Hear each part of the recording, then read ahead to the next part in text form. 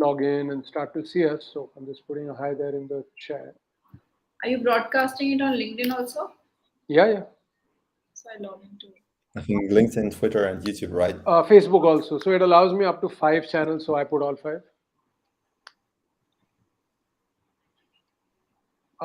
We could try it out later. Maybe if you all could also want to connect your social channel, how that works. For LinkedIn, it usually doesn't allow more than one.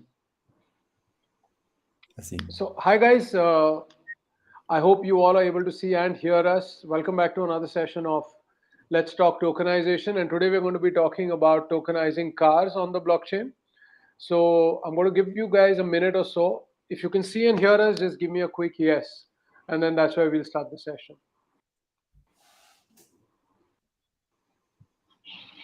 Just, able to see and hear us. Welcome back to another session of. Okay. So you can switch that thing off. Otherwise, I'm going to end up. We're going to hear. I did. Yeah. Hi, Keshav. So yeah, fine. We're all right. So today we have a kind of a different special session where we have more speakers, and we have Carl with us. And the most impressive thing that I find is he's done his masters in physics, and Carl is from Austria, and he's a car enthusiast, and he very strongly believes that cars can be tokenized on the blockchain. So naturally, when a lot of people hear that, like I can even see Sushil's question already.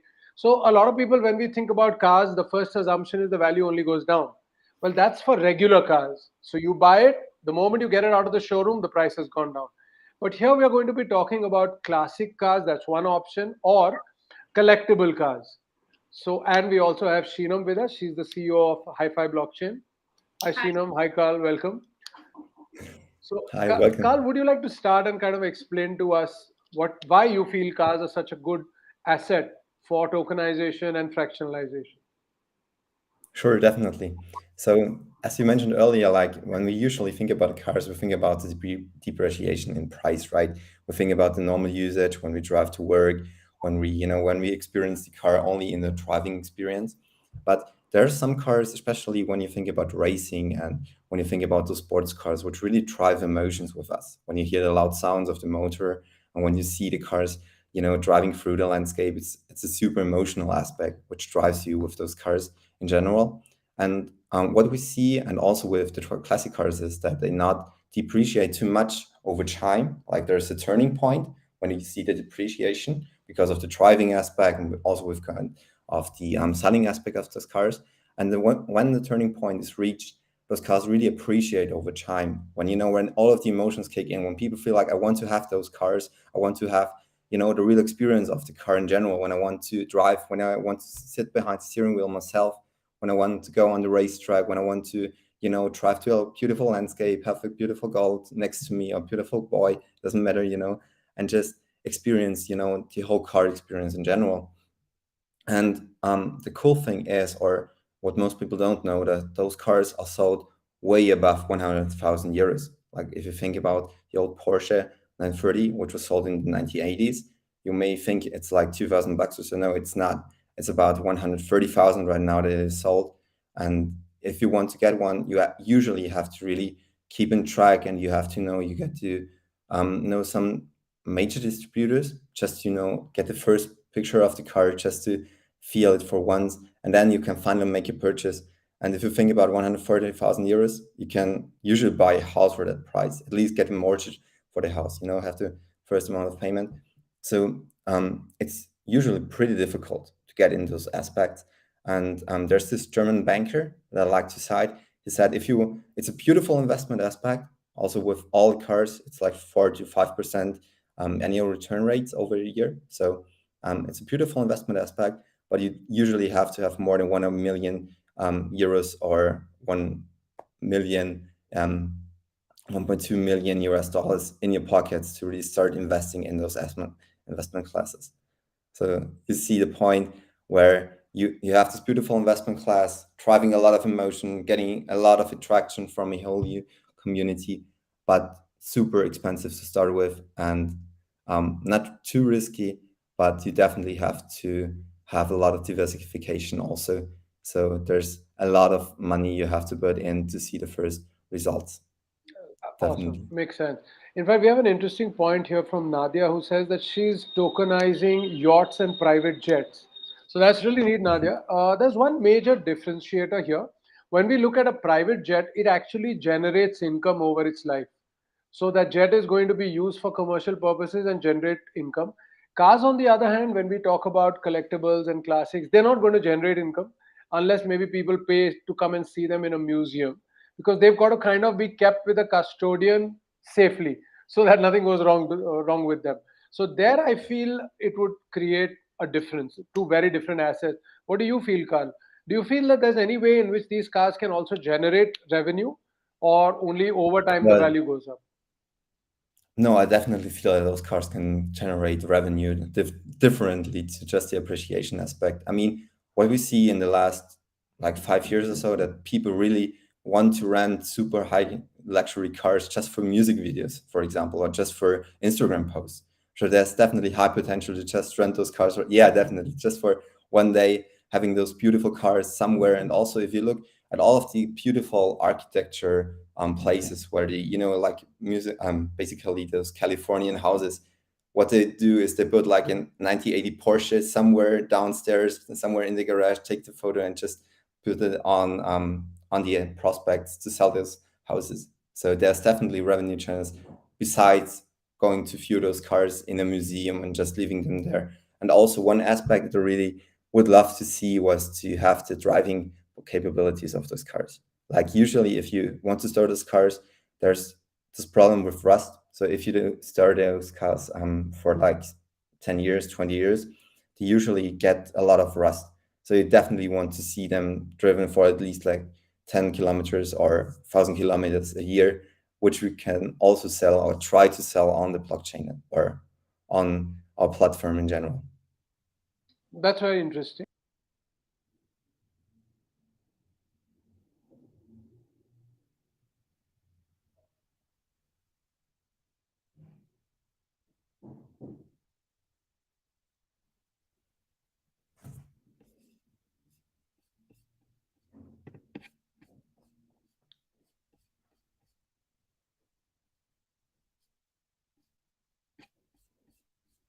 Hmm.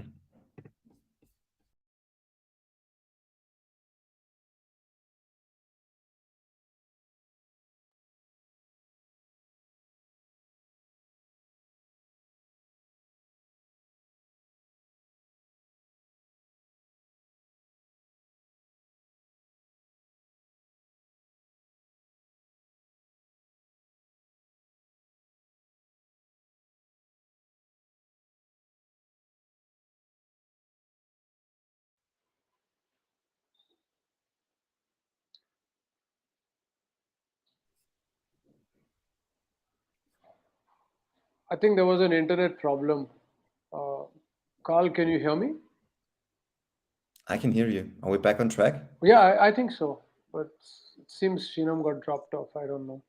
Maybe she'll connect back. So, Carl, could you add on that? Would you like to add something? Or did you already answer that while I was disconnected? I don't let maybe repeat those answers. Maybe I was cut off also. So it was like there's two aspects that I definitely want to address. First is those renting aspect where you want to rent those cars for like Instagram posts or just having a beautiful car somewhere so you can put things on prospects mainly for real estate, for example. Or want to have a like I was thinking about those Californian houses where they usually put on a Porsche somewhere in the garage just to have a beautiful picture, a beautiful car, beautiful scenery in general. And you definitely can make those aspects available on the platform. And the second aspect is the driving aspect. So a lot of people are paying a lot of money just to rent one of those dream cars from their childhood to drive them at least once in a lifetime. And I think this is a beautiful aspect we can definitely try to attach on the platform and try to make it public. Awesome. And what do you think is the kind of returns that people can expect on these cars? How much do you see the price going up? And then to that, we could add the revenue Um, generation. So what is typically seen for classic cars is like 4 to 5% year-over-year return, which is calculated on the so-called German or Deutsche Oldtimer Index. Oldtimer means like classic cars beyond 30 years of licensing, and this is like the overall. approach that I would like to take, so 4 to 5%. And for some cars, especially like the higher premium cars, we can definitely see a lot more gains in like a doubling of price in like 10 years or something like that. So, but 4 to 5% is on average, and I think we should calculate with that. That's interesting. That's a good one. In the meanwhile, if you have any questions, please keep posting them in the chat and we'll keep answering those. And if also, I'd like to know from you guys, like how many of you are actually bullish on tokenized classic cars or tokenized collectible cars, so to say. So suppose you had an opportunity to buy those, is that something that you'd want to invest money in?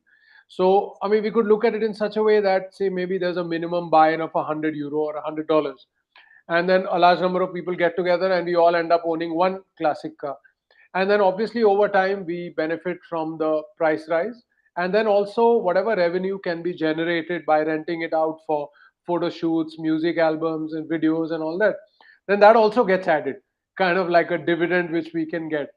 Of course, one issue which we've got to think about very carefully is the custodian. So that's a very critical aspect. So, for example, when we started tokenizing the whiskey cask, we realized that we could keep them with the UK government bonded warehouses. And because a cask doesn't need to move around or do anything, it just sits quietly in a corner. That made sense.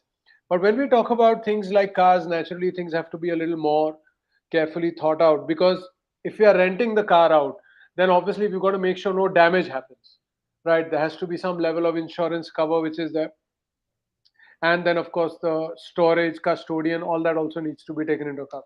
So any kind of insights on that, Carl? Definitely. So when I was looking around for possible custodians, there were so many custodian companies for cars, classic cars and oldtimer in general, especially in Germany. So there's one company near Munich, so near the southern state in Germany. Hi, Shinem, welcome back. And those custodians are really focused on classic cars in general. So what they do, they not just put the cars somewhere, they also keep aware of the service and the maintenance of those cars. There was one custodian which was also providing live video of the cars and was also really focused on like high premium cars, so like 1 million and beyond. And this custodian not only cares for the cars itself, but also takes you from the airport to your car, so you can take the car for a ride, for example. And he is also providing transporting services for the cars. So in general, if you want to have those cars somewhere, especially here in Europe, you definitely go to Italy or to France, and those custodians just put the cars on, some kind of transporter and transport your car to wherever you want to have it on like a monthly rental basis. I think like 100 to 500 euros a month, something around that. That's interesting. Shinam, do you have any questions or do you want to add something? No, I just had one question which I was waiting before my internet went. I wanted to understand, can you give an example of any classic car which, in terms of investment portfolio, the market had grown, and what in terms of percentage, how much percentage do we think there's a price increase in terms of the classic cars? As So in, Carl, why don't you show the slides that you have? Maybe you could just show them and then answer this question. Definitely. Just let me know if you can see them.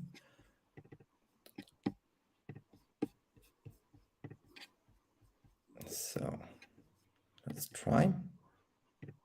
I think now you can see my entire screen. yes. Perfect. Let's get into.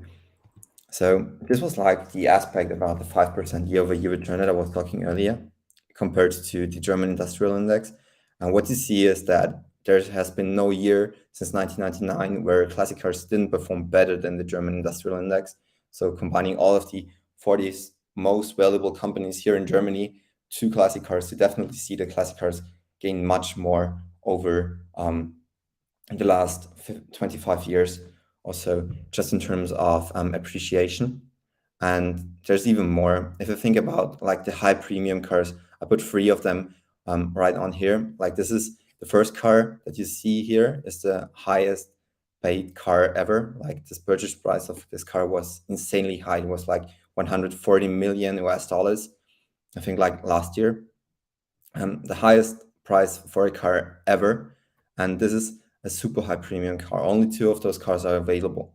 And the other cars that you see here, the Ferrari Enzo, which was, you know, produced in 2003, is now sold 20 years later for 4 million US dollars compared to 750,000 US dollars, sorry, in 2003. And also with the Porsche down here, which was sold also at around 700,000 US dollars, also go up, or also has gone up to 1.5 million US dollars. So you definitely see it's not just about one or two cars. There's definitely a large range of cars, which definitely show those appreciations in value over time.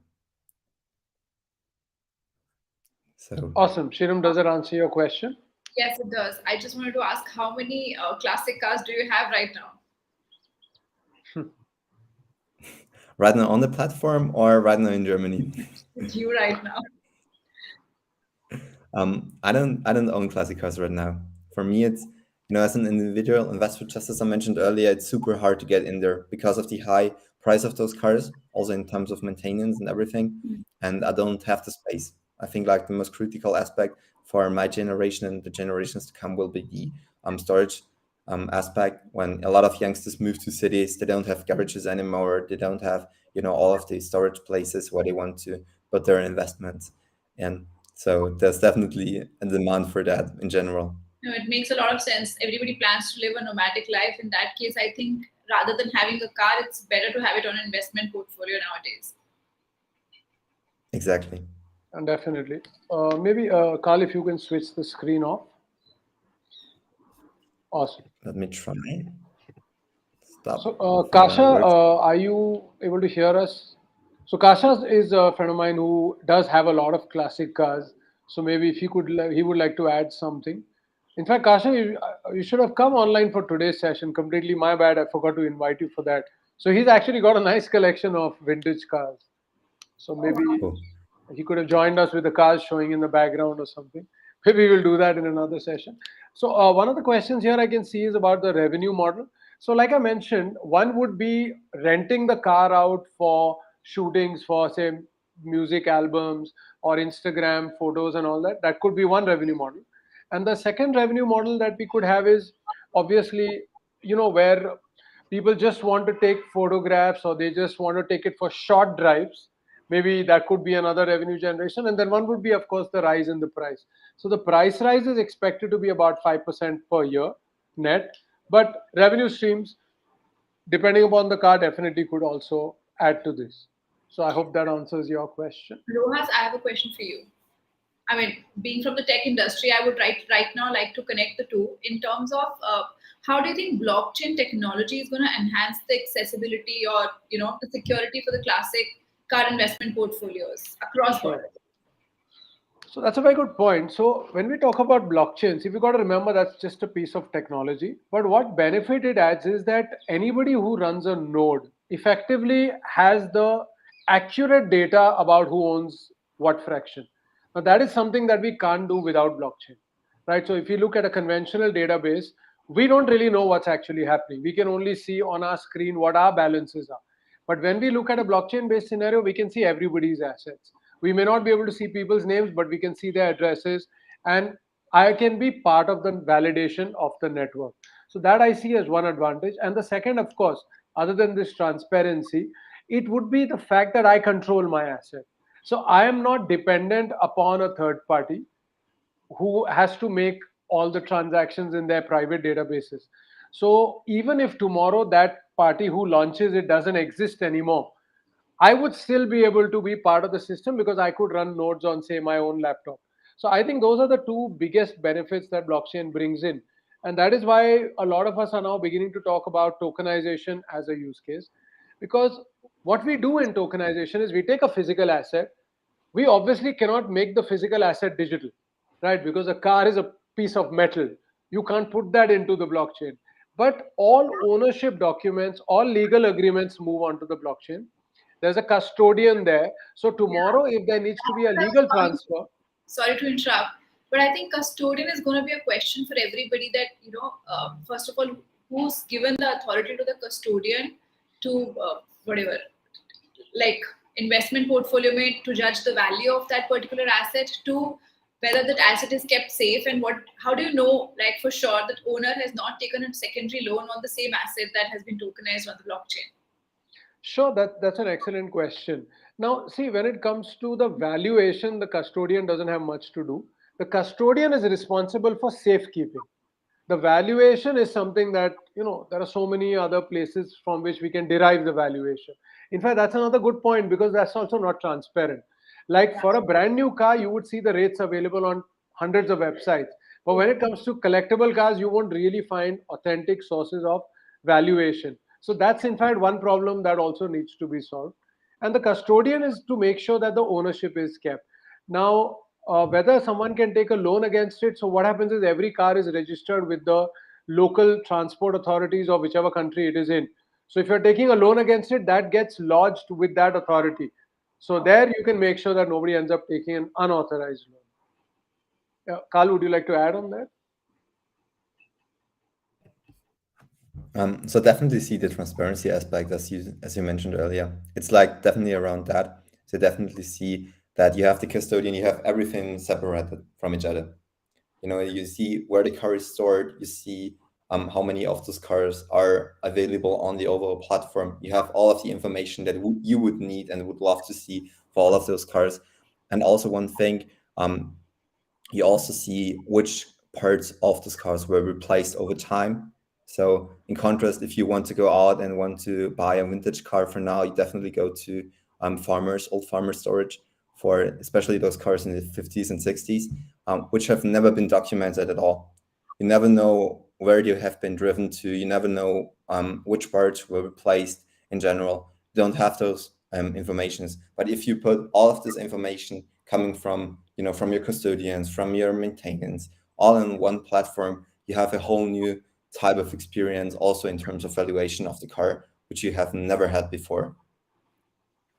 So the transparency aspect is the one aspect that I also love the most about the platform, and not just the transparency, but also the fact that the cars will always be available to see because of the decentralization aspect of the blockchain. Awesome. That sounds really good. Shino, is there anything else you'd like to add?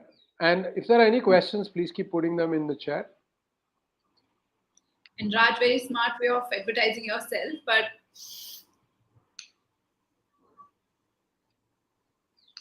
I hope you're not frozen. sorry, come again. Okay. No, I thought again the screen frozen. No,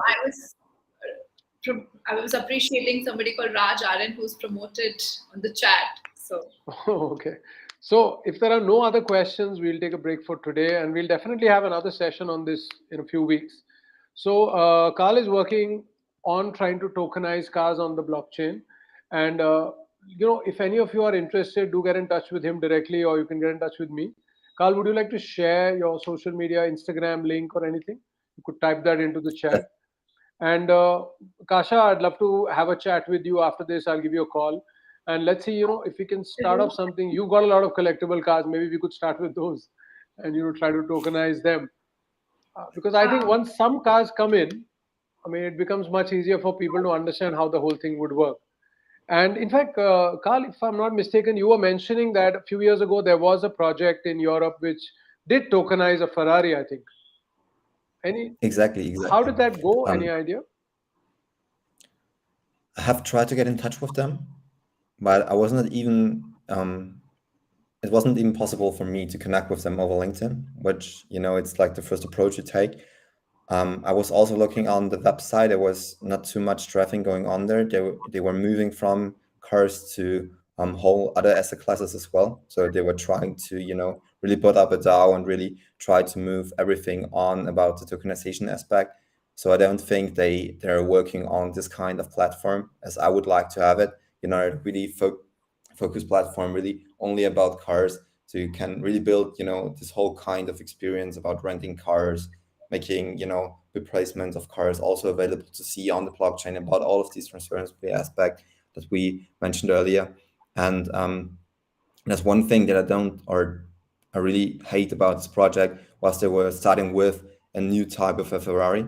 And if you look just about the regulations you see coming from Ferrari, the company itself, on those limited cars, you see that they don't want the cars to be sold on investment perspective, on first hand. So if Ferrari puts on a limited edition car, like the LaFerrari or the Ferrari they have on the platform, they usually only sell it to custodians or customers who bought at least like 4 Ferraris prior to that. And they definitely have the regulations on their side that they don't want to see them only put on some kind of company or platform only for investment, because they want to really have those Ferraris for their community. And they also would love to tackle that, really focus on secondhand cars, vintage cars for now, because they have been driven, they have the mileage on, they were used, and you can put mileage on as well. So there's no point why not to. But you're not regulated from the company on first hand. And I think like those were two, or a major error I see on their platform in general, like not focusing on cars and also really have only investment in the high premium sector, which is super regulated in general, also from Lamborghini and the other companies as well. Makes sense. So as you correctly said, Ferrari has a lot of restrictions on who can or cannot buy their cars. So that's not really a good car to tokenize. Yeah, sure. Can you guys Yes, hear me? Yeah. Yeah, we can I hear have you. a couple of questions on LinkedIn which I would like to read. Sure. Can GPS be attached to such classic cars? Would that affect the aesthetics of the car? Could you say that again? Can GPS system be attached to such classic cars? Would that affect the aesthetics of the car? To the best of my Mm. mind, you can. I mean, it doesn't really show outside. It's going to be put underneath in the hood, so it won't even show up. But yeah, I'm sure it can be done. Carl, would you like to add anything to that? Mm. Super easy possible. Like if you think about Uber, you also don't see the GPS aspect. I mean, there are so many, yeah. And also if you think about just about the old, James Bond movies, those GPS systems are really small, so you don't see them. And yeah, and we have to do that. If we want to rent those cars, we have to do that as well. And there's one more question from Deepak on LinkedIn. Can we invite insurance companies to offer better premiums after connecting cars to this network? And also, can car museums be invited to be the custodians? That's a very good point. Definitely, car museums would be an ideal custodian. Absolutely makes sense. And yeah. Definitely. Also with the public aspect, I would love to see these cars be shown somewhere, maybe not in the rental aspect for the really high premium cars, the premium vintage cars, but at least for some of those cars like in the early 2000s, they are definitely meant for the road. And it's it would be a crime not to show them in any public place. Awesome. Shinome, are there any other questions? No, I think I've troubled you guys enough for the day. It's great. Carl, is there anything else you'd like to add? There's just two things. I have put on a small Google form that would love you to fill out just to see a small, small thoughts of yours on the overall idea and also on the platform in general. I will put it in the chat right after our conversation, and I would love to see Yeah, some sure. You some can put that responses. right now because once I disconnect, then maybe it won't propagate. Yeah. So if you could I just see. put in that URL. So Carl's sharing the URL for a Google form for anybody who's interested in knowing more and going ahead with tokenization of cars. So do fill it up. Were you able to And put the link? I will put it in the private chat. Can you share it with the overall group, or do I have to? I think you can also do that, but let me just do it. No, I think only you can do it because I also can't really post anything. Yeah, it's I put it. I hope you guys can see the link. I'll paste it on LinkedIn also from here. Awesome. That's perfect. Perfect. So great. Thank you so much, Carl, for your time. Thank you so much, Shino, and I'll see you guys next week. Take care. Bye-bye. See you. Bye. Bye. Yeah, bye.